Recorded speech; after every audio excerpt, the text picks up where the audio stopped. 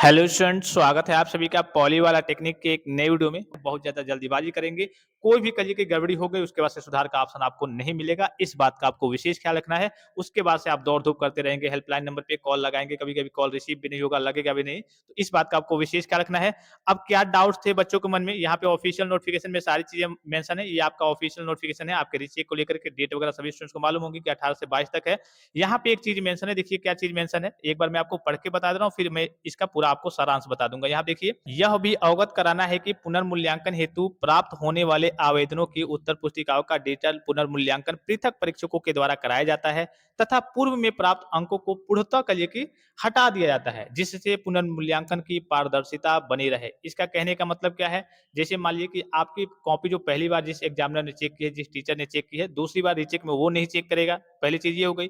दूसरी चीज ये हो गई कि आपको उसने जितना नंबर दिया होगा पहली बार में, मान लीजिए कि आपको उसने 10 नंबर दिया था पहली बार जब किसी टीचर ने कॉपी चेक किया था, तो अब जब आप रीचेक का फॉर्म फिलअप करेंगे तो वो 10 नंबर जो आपको मिला था वो हटा लिया जाएगा कि हाँ, आपको पहले कितना मिला था। वो जो नया टीचर चेक करेगा आपकी रीचेक की कॉपी, वो उसको मालूम नहीं होगा, वो अपने स्तर से चेक करेगा, उसको जैसे अच्छा लगेगा कि हाँ, आपने इस हिसाब से लिखा है, इतने नंबर लायक लिखा है, वो उतना नंबर आपको देगा। ये चीज आप समझ गए।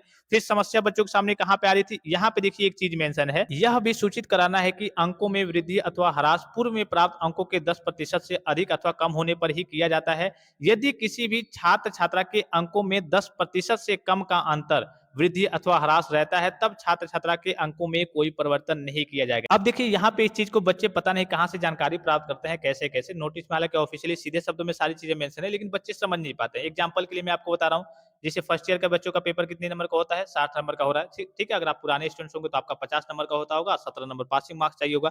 60 में आपका कितना चाहिए पासिंग मार्क्स, 20 चाहिए। मान लीजिए एग्जाम्पल के लिए कि आपको 16 नंबर मिल गया है, 4 नंबर से आपकी क्या लग गई है, बैक लग गई है। अब यहाँ पे नोटिस से बच्चे समझ नहीं पाए हैं, पता नहीं उनको कैसे जानकारी मिलती है, कहाँ से जानकारी प्राप्त करते हैं कि 60 नंबर का पेपर है। अगर आपका रीचेक में 10% से ऊपर मार्क्स घटते हैं या फिर बढ़ते हैं, जैसे 60 नंबर का के लिए 10% कितना होगा, 6 होगा।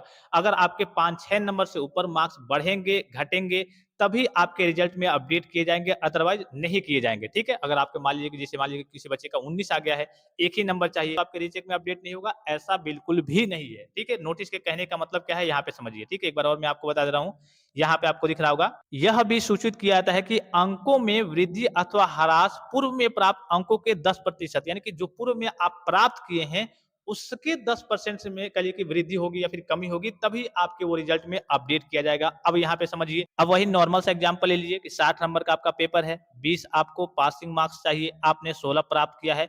अब बच्चे इसको यहाँ पे रिलेट कर रहे थे 60 नंबर से कि 60 नंबर का कहिए कि 10% 6 होगा।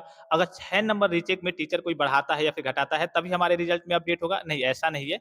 ये कहा जा रहा है कि आपका देखिए यहाँ पे अंकों में वृद्धि अथवा ह्रास पूर्व में प्राप्त अंकों के 10%, यानी कि पूर्व में जो आपने प्राप्त किया है इसका अगर 10% कहिए कि अप होगा, डाउन होगा, तभी आपके रिजल्ट में वो अपडेट किया जाएगा।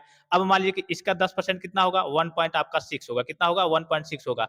अगर आपने 16 नंबर प्राप्त किया है और अगर आपका 1.5 नंबर से ऊपर बढ़ता है या फिर घटता है, तभी आपके रीचे के रिजल्ट में वो अपडेट किया जाएगा। अब बहुत सारे बच्चों को पता नहीं कहां से जानकारी मिल गई है कि मेरा 16 नंबर है, 15 नंबर है, 17 नंबर है, तो इस केस में मैं पास नहीं हो सकता, क्योंकि बोर्ड ने ये कह दिया है कि 10% से ऊपर ही अगर आपका बढ़ेगा या फिर घटेगा तभी आपके रीचे के रिजल्ट में वो अपडेट किया जाएगा, नहीं तो जैसे का तैसे जो पुराना मार्क्स है वही दे दिया जाएगा। नहीं, जो आपने अंक प्राप्त किया है, जैसे मान लीजिए कि कोई बच्चा 20 में सपोज कीजिए कि 60 नंबर का पेपर है, ठीक है, 20 नंबर पासिंग मार्क्स है, उसने 10 नंबर ही प्राप्त किया है। ठीक है, अब इसका देखा जाएगा, इसका आपका 10% से ऊपर अगर आपका बढ़ता है घटता है तो इसका 10% कितना होगा, 1 नंबर होगा।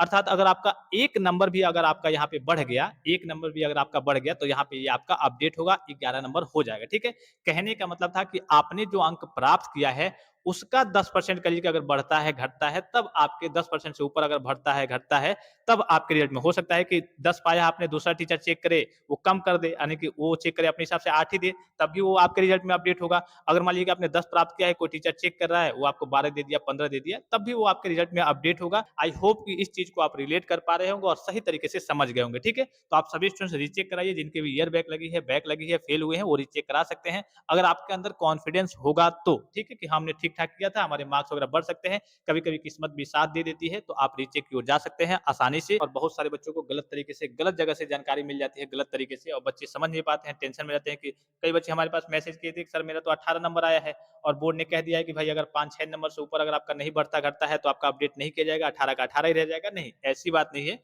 बोर्ड के कहने का मतलब दूसरा है और आपने समझा है दूसरे तरीके से, गलत तरीके से आपको जानकारी मिल गई है। तो आई होप कि वीडियो आपको काफ़ी ज़्यादा हेल्पफुल और इन्फॉर्मेटिव लगा होगा। फिलहाल इस वीडियो में इतना ही, इजाज़त दीजिए। धन्यवाद। Thanks for watching. मिलते हैं नेक्स्ट वीडियो में।